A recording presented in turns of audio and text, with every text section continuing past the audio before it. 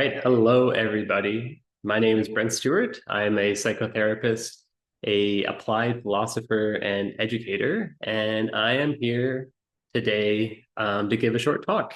It's one in the series of workshops that I'm giving, the How to Human series, as I'm calling it. Basically, applied lessons from science, philosophy, and spirituality that we can use to be better humans and better in the broadest, deepest sense of the word.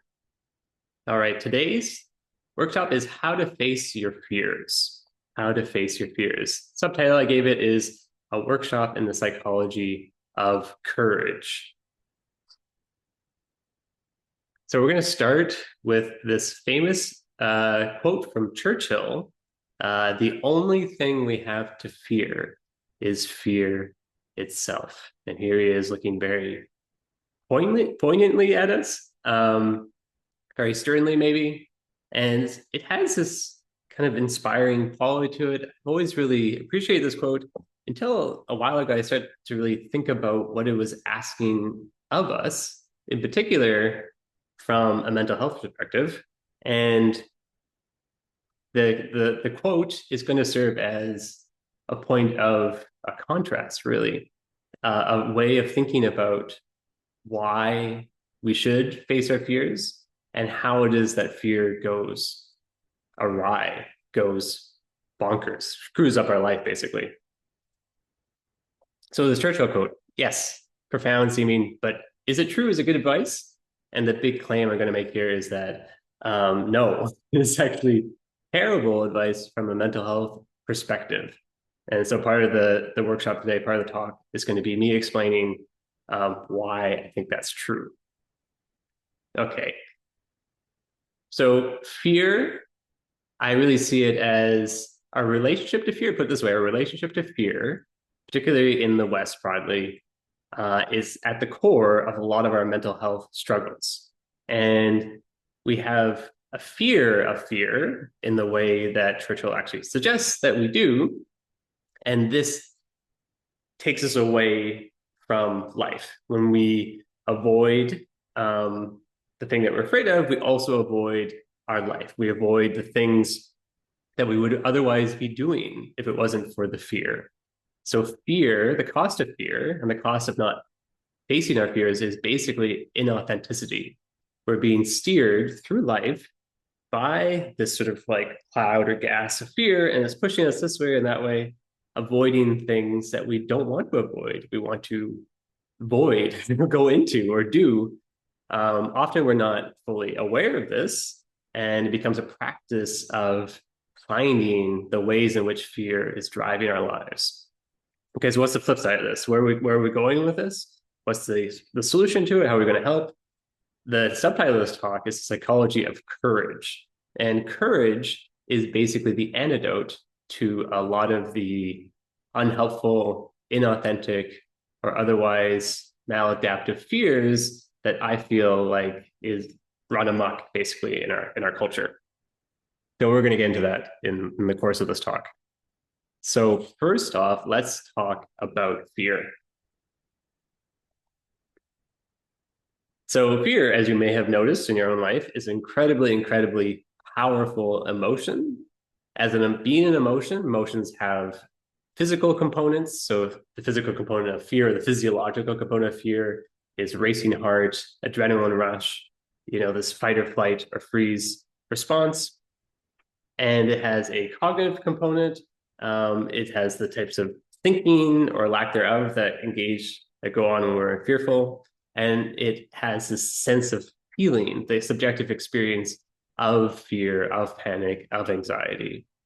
And this is like an evolved package. This whole package is there not to torture us, not to be the bane of our existence, but actually to be a tool in our survival. The reason why we have fear, the reason why it's there is basically alerting us to danger and mobilizing the response to danger that over the long run of evolutionary history, particularly our evolutionary history, has served to keep us safe. So there's a couple different pathways that fear can push us and how we respond. So the fight or flight, or freeze, or fawn.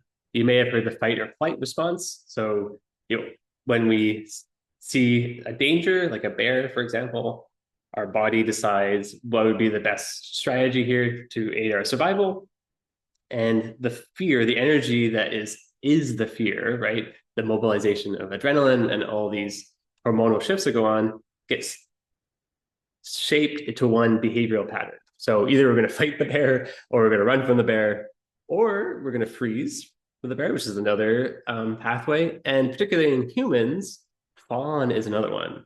So fawn here means in a social sense, if there's fear arising in a social setting among other humans, not particularly a bear, probably wouldn't work for a bear, but one response, evolved response in humans is to be incredibly nice and deferent and say, oh, no, you do you.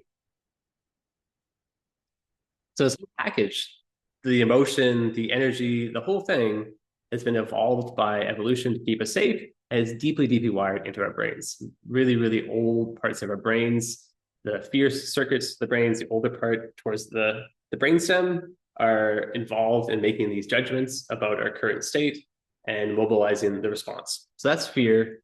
It's not there to torture us, it's there to keep us safe. For example, bear, right? So this is the context in which fear is evolved. It is the proper setting in which it operates, and it is precisely not the setting in which it lives in us today, mostly, because we're not really, for the most part, in danger in that sense. Danger and physical danger, danger in the sense of our lives may be ended. And so, how is it that fear has gone so awry for us, so wrong for us? One way to think about this is one of the trade-offs that humans have made, in a sense, in our evolutionary sense, and it's actually our greatest asset too. It's a trade-off of learning. And all animals learn to some extent, but humans take it to an extreme. And we're so open to learning, we're so open to basically taking in from the environment, taking in from other humans, people in our group, the people in our culture, how it is that we should be in this world. So, for example, humans live in almost every ecosystem on the planet. Even there's humans in Antarctica right now hanging out with the penguins. How did we do this? Most animals have the very, very narrow environment in which they can live, right? If you take a jaguar out of the jungle and put it in Antarctica, not going to do very well. Humans have overcome this. The way we've overcome this is by putting a lot of the ways we're going to be out into the environment to allow to be taught, basically, to learn. So we have this flexibility, and this flexibility allows us to adapt to different environments. Okay. One of the things that we can learn, though, is what to fear. We can learn what things in the environment are there to be feared. So some animals have this hardwired fear response to certain stimuli. For example, the bear triggers the response. It does in us too. But we also have this incredible flexibility to learn new fears, which is also itself adaptive. It's adaptive to be able to fear new dangers in a new environment. So as humans migrated all around the globe, that ability to learn to fear new things was incredibly helpful, okay? Helped us to adapt to our environment. Trouble is, this is like the double-edged sword effect, is that we can also learn to fear ourselves, broadly put. We can learn to fear parts of ourselves that we've tried to bury or disown. Think of like your inner child or parts in internal family systems therapy, if you heard of that. Basically just that we have parts of us that have a lot of pain and we don't really want to experience, and so we try to repress. We do the same thing with emotions. So we learn to fear certain emotions.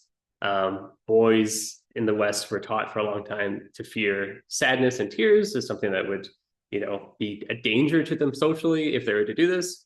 We also learn to fear anger or sometimes even joy, ironically and sadly, when joy often preceded some sort of fall, some sort of psychic pain or physical pain, right? So we can come to learn to fear our emotions. The trouble is that we cannot escape ourselves. I mean, isn't that the trouble for so many things in life, that we can't escape ourselves? We're stuck with ourselves. And so we cannot outrun or dissociate from our emotions. Really, we can try, and we can go a long ways in not feeling our emotions, but that ends up being part of the problem, not the solution.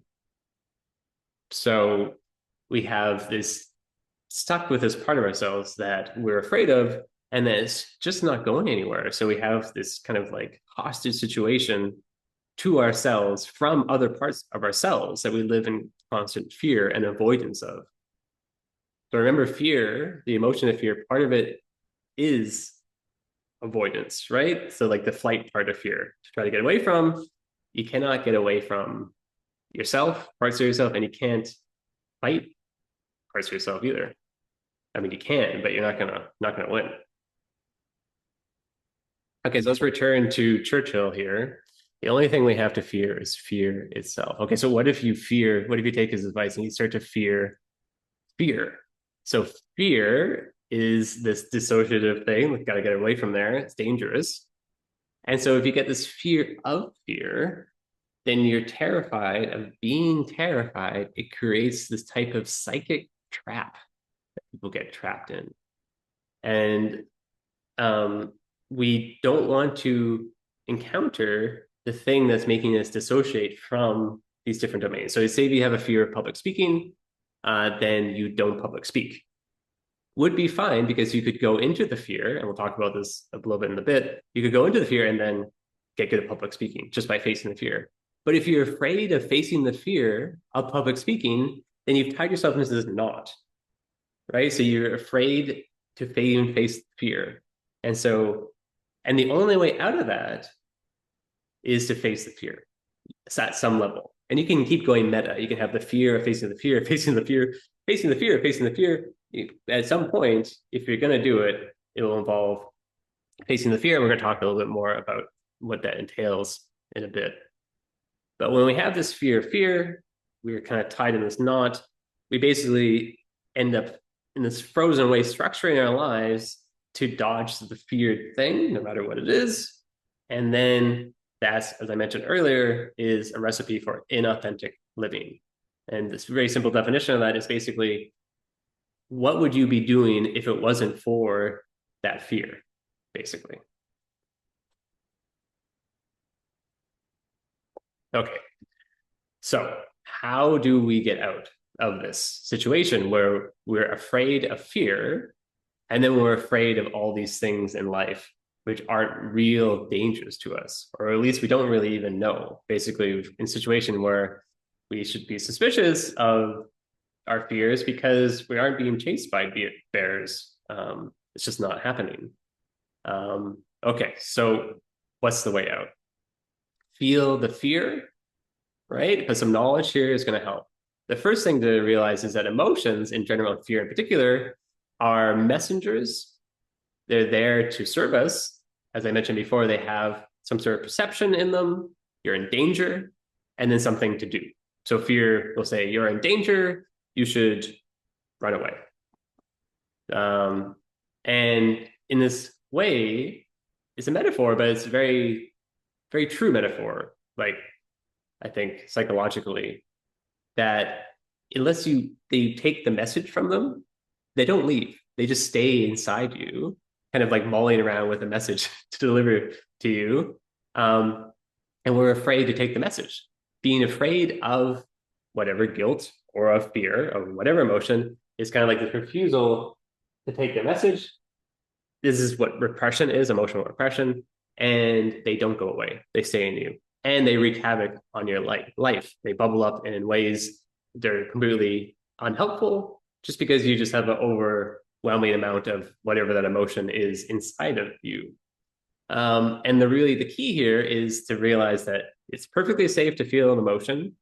No emotion could or would ever harm you, like physically, because it is a part of you, is part of the operations of your body.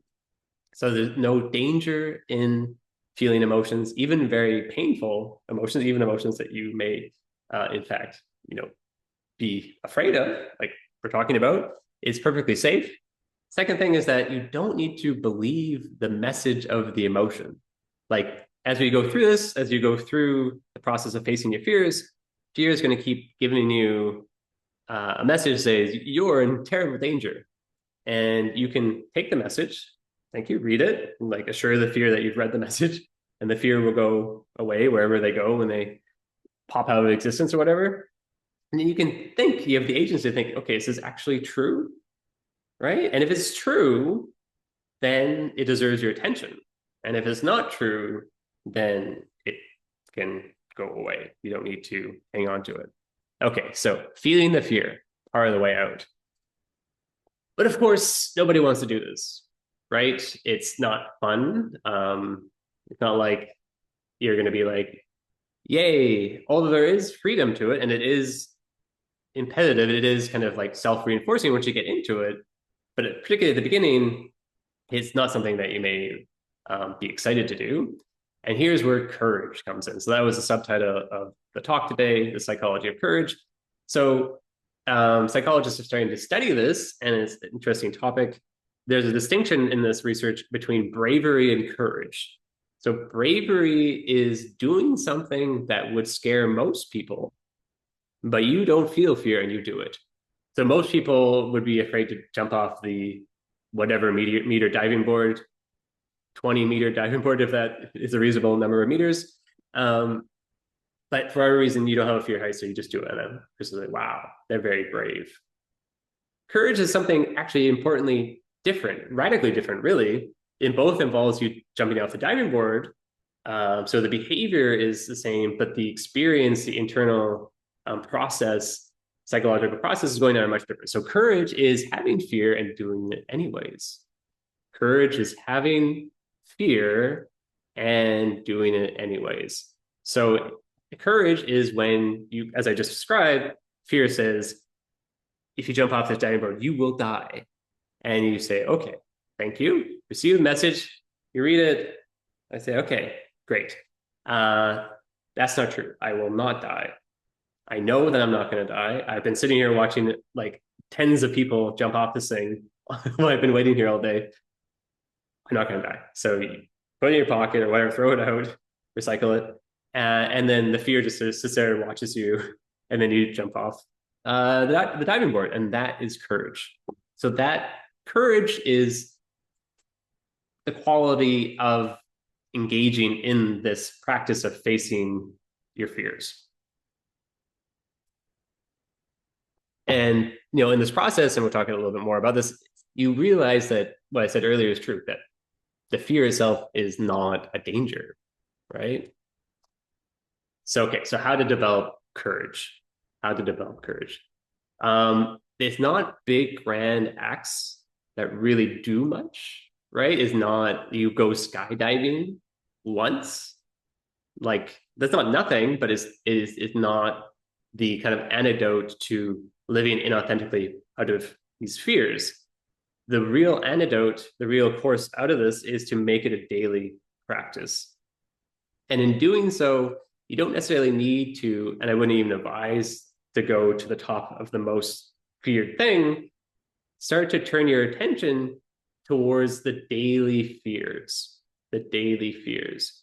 And so you may not even necessarily conceptualize them as fears. You may feel them and label them as anxiety, which is closely related. You may feel as stress, like, oh, my job is so stressful. Or you may feel it as just feeling uncomfortable, feeling annoyed, feeling angry about having to do something. But if you look at it closely, you may very well discover that it's fear at the center of it that is present for you. So I'll give you an example. I was doing this and I realized that I have a fear of my inbox. And looking back, it's kind of obvious to me, but I never thought about it that way. I certainly avoid, as like my students would attest to, I'm pretty slow on answering emails sometimes. And so, I looked at it in the context of this, what I was talking about today, and I was like, yeah, the truth is I'm afraid to do this. And, it's a rich, complex story there for myself of like what exactly this comes from. The fact of the matter is I'm avoiding it because I have this fear of answering emails. Okay. So then if I'm structuring my workday, what I do is I put the thing that I'm afraid of in that sense, that even just seemingly, micro sense, at the top, right? The thing that you're avoiding at the top. And if you're avoiding it, you're afraid of it. That's a pretty good shorthand. Because the only thing that makes you avoid anything is fear. And fear job is to make you avoid, right? Avoid the bear, avoid the danger. Okay. So turn your attention towards these things that scare you in your day-to-day life.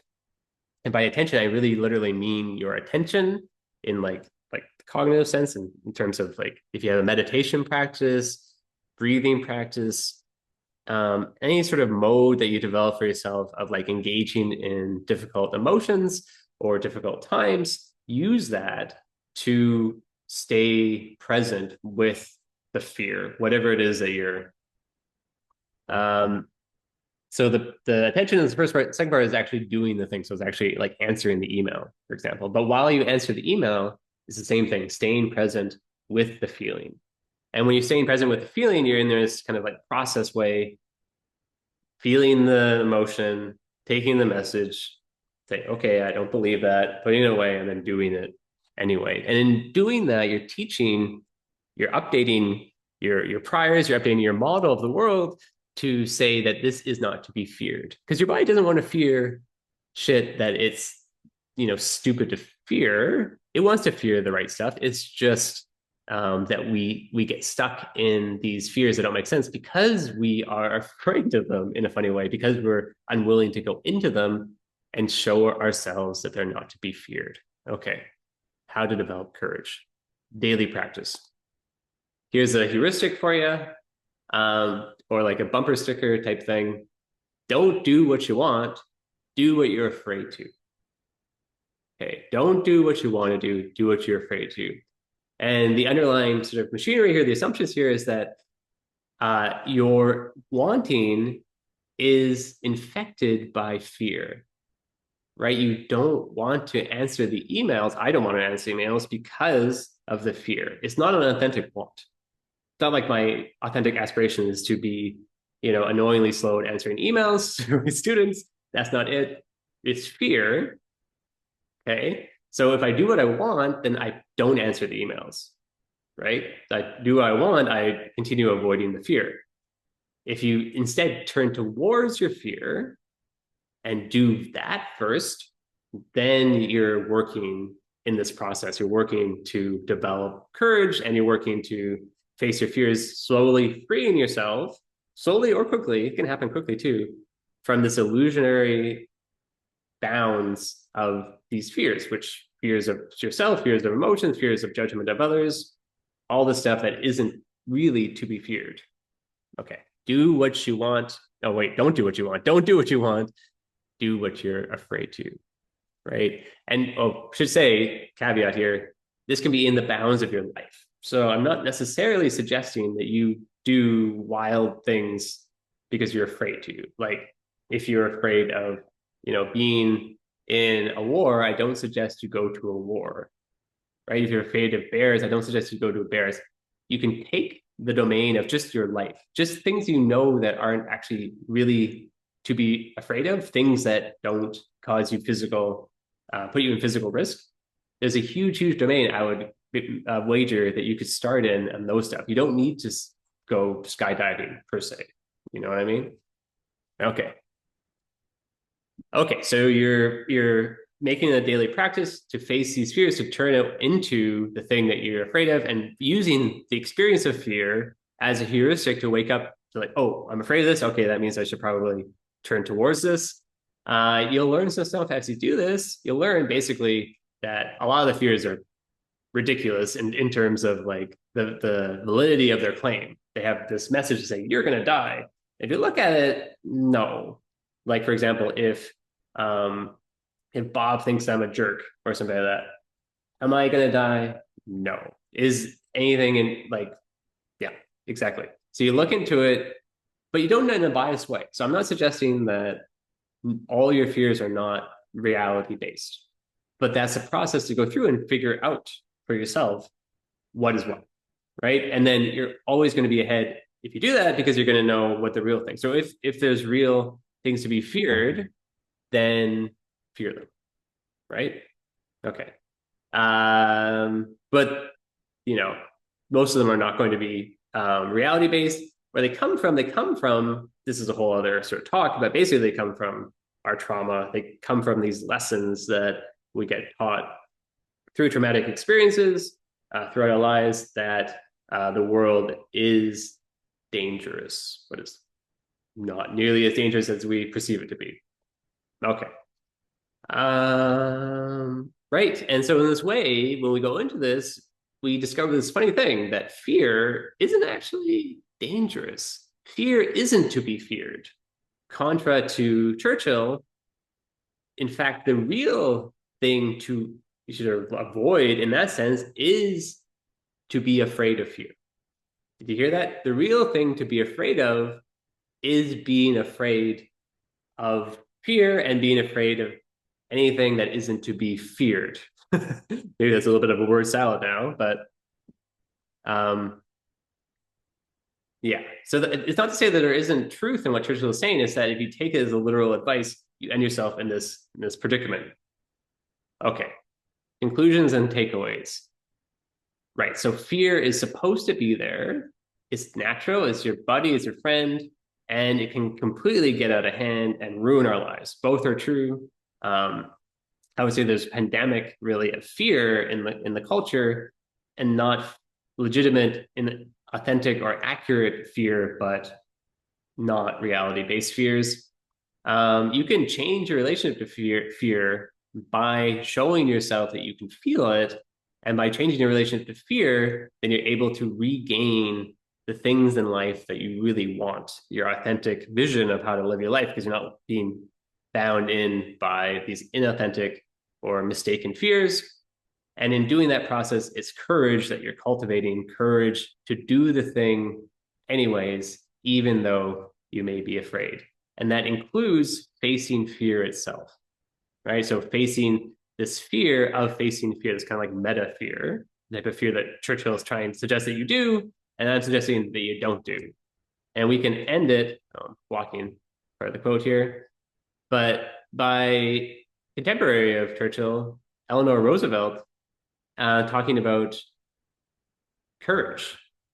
So she writes or says, you gain strength, courage, and confidence by every experience in which you really stop to look fear in the face. You must do the thing you think you cannot do. So it's a great line, a lot there.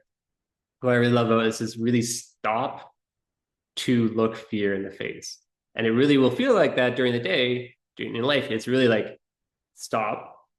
Okay.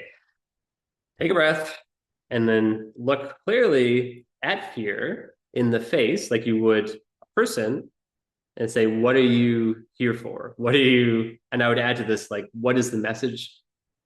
What are you saying? Right. And you must do the thing you think you cannot do. There, in this interpretation of the talk, is the thing that the fear is telling you that you shouldn't do. To jump off the diving board, to fill in the blank, to give the talk, to, yeah, whatever it is that is your particular fear, the thing that you learn to be afraid of. That's the thing that you have to face and prove to yourself that you can do it. All right. I think that's it. So yeah, appreciate you listening. If you'd like to check out more content from me, check out this more on the YouTube channel. You can check out my website in the show notes. And we have courses over there, and live and recorded live workshops and other things, I'm sure, in the future. So I appreciate you. Be kind to yourself, and find the curiosity. Bye.